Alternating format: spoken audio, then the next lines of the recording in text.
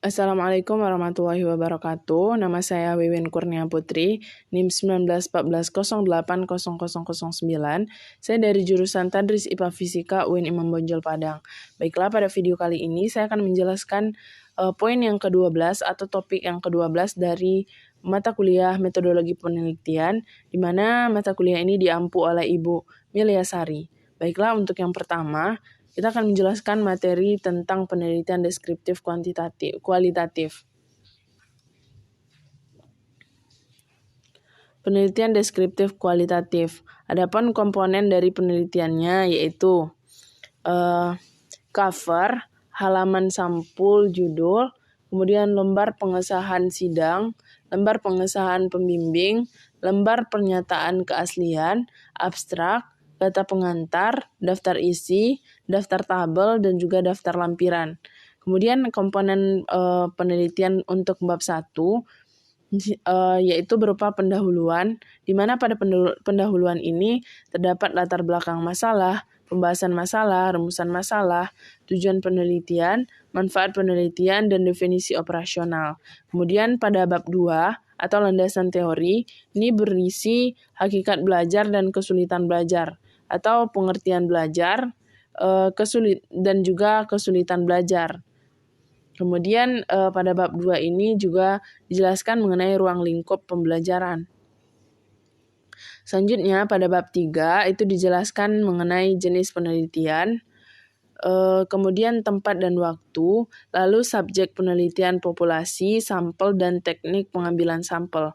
Kemudian instrumen penelitian, teknik pengumpulan data, dan juga teknik analisis data. Kemudian pada bab 4 yaitu hasil penelitian dan pembahasan. Pada hasil ini dijelaskan hakikat penelitian. Kemudian juga pada pembahasan itu dijabarkan lebih jauh. Kemudian pada bab 5 yaitu bab penutup itu berisi kesimpulan dan juga saran. Kemudian pada bagian akhir itu dijelaskan itu dimuat daftar pustaka dan juga lampiran-lampiran, kemudian daftar riwayat hidup.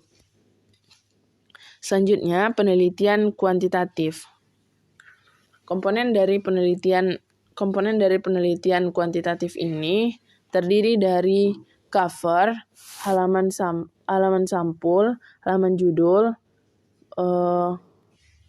persetujuan, nota dinas, abstrak, orisinalitas penelitian, kata pengantar, daftar isi, daftar tabel, daftar gambar, dan daftar lampiran. Kemudian pada bab 1 itu dijelaskan latar belakang, identifikasi masalah, batasan masalah, rumusan masalah, tujuan dan manfaat penelitian. Itu dijelaskan tujuannya dan manfaatnya diuraikan satu persatu. Kemudian penelitian relevan itu juga dijelaskan pada bab 1 atau bab pendahuluan. Kemudian pada bab 2 atau berisi landasan teori. Landasan teori ini menjelaskan tentang media pembelajaran. Media pembelajaran ini di mana di sana dijelaskan pengertian media pembelajaran, macam-macam media pembelajaran, fungsi dan manfaat media pembelajaran, dan juga kelebihan dan kekurangan dari media pembelajaran itu sendiri. Kemudian hasil belajar. Lalu kemudian al-Islam, kemudian hubungan media pembelajaran dengan hasil belajar al-Islam, kemudian kerangka penelitian konseptual, selanjutnya hipotesis penelitian. Selanjutnya pada bab 3 itu dijelaskan rancangan penelitian, definisi operasional variabel, populasi, sampel, dan teknik pengambilan sampel, kemudian teknik pengumpulan data. Lalu pada bab 3 ini juga terdapat instrumen penelitian, yaitu pengajuan instrumen berupa uji validitas, kemudian uji realitas. Dan pada bab 3 ini juga ada komponen berupa teknik analisis data.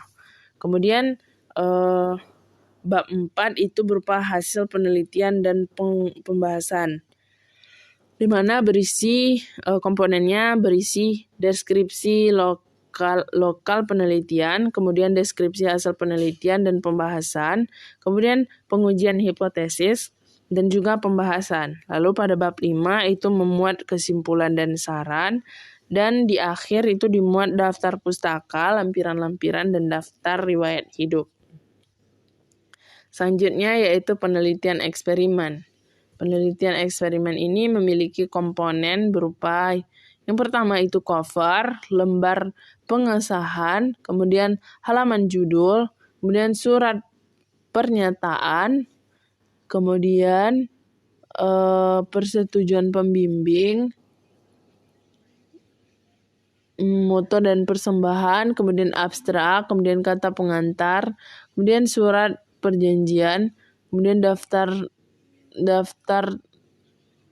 tabel, kemudian daftar gambar, kemudian daftar lampiran. Kemudian komponennya pada bab 1 itu berupa latar belakang, rumusan masalah, tujuan penelitian, dan manfaat penelitian. Kemudian pada bab 2 itu berisi kajian pustaka, dapat berupa tinjauan pustaka dan juga kerangka berpikir. Kemudian pada bab 3 yaitu rancangan penelitian, populasi dan sampel, definisi operasional variabel, instrumen penelitian, teknik pengumpulan data, teknik analisis data. Kemudian pada bab 4 itu memuat hasil penelitian dan pengembangan. Hasil penelitian dan pembahasan, di mana di sini dijelaskan hasil dari penelitian tersebut, kemudian juga ada pembahasan. Pada bab 5 itu berisi kesimpulan dan saran. Kemudian pada bagian akhir itu terdapat daftar pustaka, daftar lampiran, dan juga daftar riwayat hidup.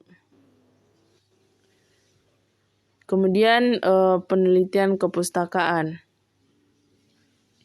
Pada bagian penelitian kepustakaan ini, komponennya berupa cover, halaman judul, lembar pengesahan, lembar persetujuan pembimbing, surat pernyataan, surat persetujuan, abstrak, kata pengantar, daftar isi, daftar tabel, dan daftar gambar. Kemudian pada bab 1 itu memuat latar belakang, rumusan masalah, tujuan penelitian, dan manfaat penelitian. Sedangkan pada bab 2 yaitu berisi kajian pustaka. Kajian pustaka ini berupa kerangka teori, di mana pada kerangka teori ini memuat studi kepustakaan, model pembelajaran inquiry, kemudian strategi pembelajaran.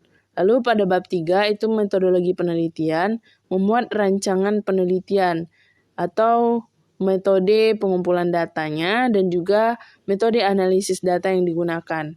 Kemudian pada bab 4 itu hasil penelitian dan pembahasan, di mana seluruh hasil dan data yang didapatkan itu dijabarkan pada bab 4. Dan juga pada bab 5 yaitu kesimpulan dan saran. Lalu pada bagian akhir itu dijelaskan daftar pustaka, itu dimuat daftar pustaka, lampiran-lampiran, dan juga daftar riwayat hidup. Selanjutnya penelitian korelasi. Pada penelitian korelasi ini terdapat komponen berupa cover, halaman judul, kata pengantar, daftar isi, dan juga daftar lampiran. Kemudian pada bab 1 itu terdapat latar belakang, lalu identifikasi masalah, kemudian pembatasan masalah, kemudian topik penelitian, lalu tujuan penelitian, lalu manfaat penelitian, kemudian ruang lingkup penelitian. Terus selanjutnya pada bab 2 itu memuat pendekatan SAFI atau somatik, auditory, visual, dan intelektual. Kemudian langkah-langkah pendekatannya. Kemudian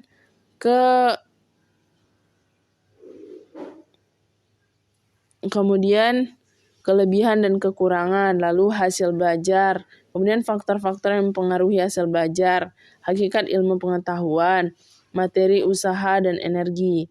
Kemudian pada bab 3 itu metodologi penelitian berupa komponennya berupa metodologi penelitian, variabel penelitian, populasi dan sampel, kemudian teknik pengumpulan data dan juga teknik analisis data.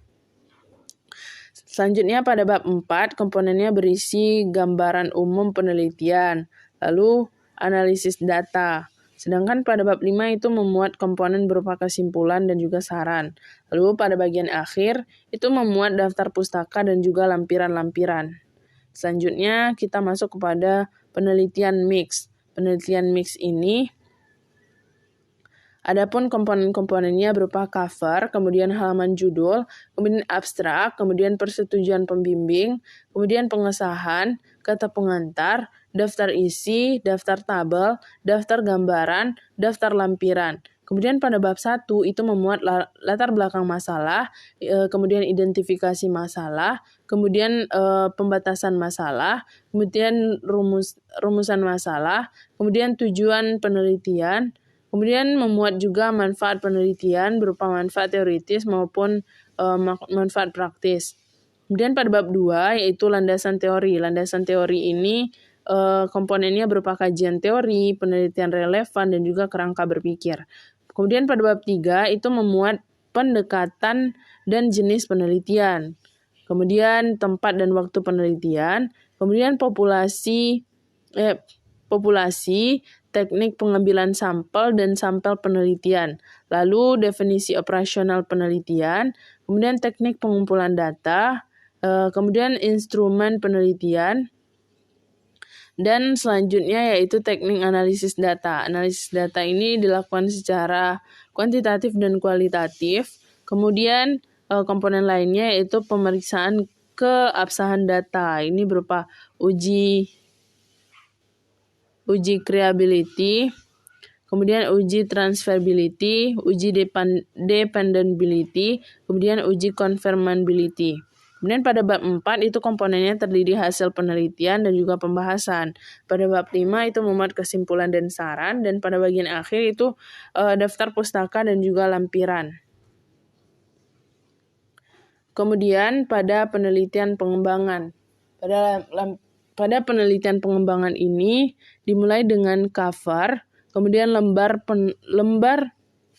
persetujuan, lembar pengesahan, lalu lembar pernyataan orisinalitas, lembar persembahan, abstrak, kata pengantar, daftar isi, daftar gambar, daftar tabel, daftar lampiran. Kemudian pada bab 1 itu komponennya terdiri dari latar belakang, identifikasi masalah, batasan masalah, tujuan dan manfaat penelitian, spesifikasi produk yang diterapkan.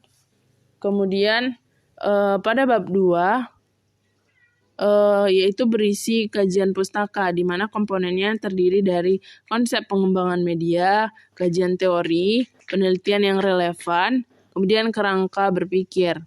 Pada bab 3 itu memuat metodologi penelitian, tempat dan waktu. Ada karakteristik sasaran penelitian, model pengembangan, pendekatan prosedur pengembangan, teknik pengumpulan data, uji coba produk, teknik analisis data. Kemudian pada bab 4 itu ada komponennya berupa hasil penelitian dan pembahasan. Kemudian pada bab 5 itu berisi kesimpulan dan saran. Dan terakhir pada bagian akhirnya memuat daftar pustaka dan juga lampiran-lampiran. Kemudian yaitu penelitian selanjutnya yaitu penelitian tindak kelas, itu dimulai dengan cover, halaman judul, halaman surat pengesahan, kemudian halaman persetujuan, kemudian abstrak, kemudian kata pengantar, daftar isi, daftar tabel, daftar gambar, dan juga daftar lampiran. Pada bab 1 atau pendahuluan itu memuat latar belakang masalah, identifikasi masalah, pembatasan masalah, rumusan masalah, tujuan penelitian, dan juga manfaat penelitian. Kemudian komponen penelitian pada bab 2 atau berisi landasan teori, komponennya berupa landasan teori, kajian penelitian relevan, penelitian kerangka berpikir, kemudian hipotesis tindakan.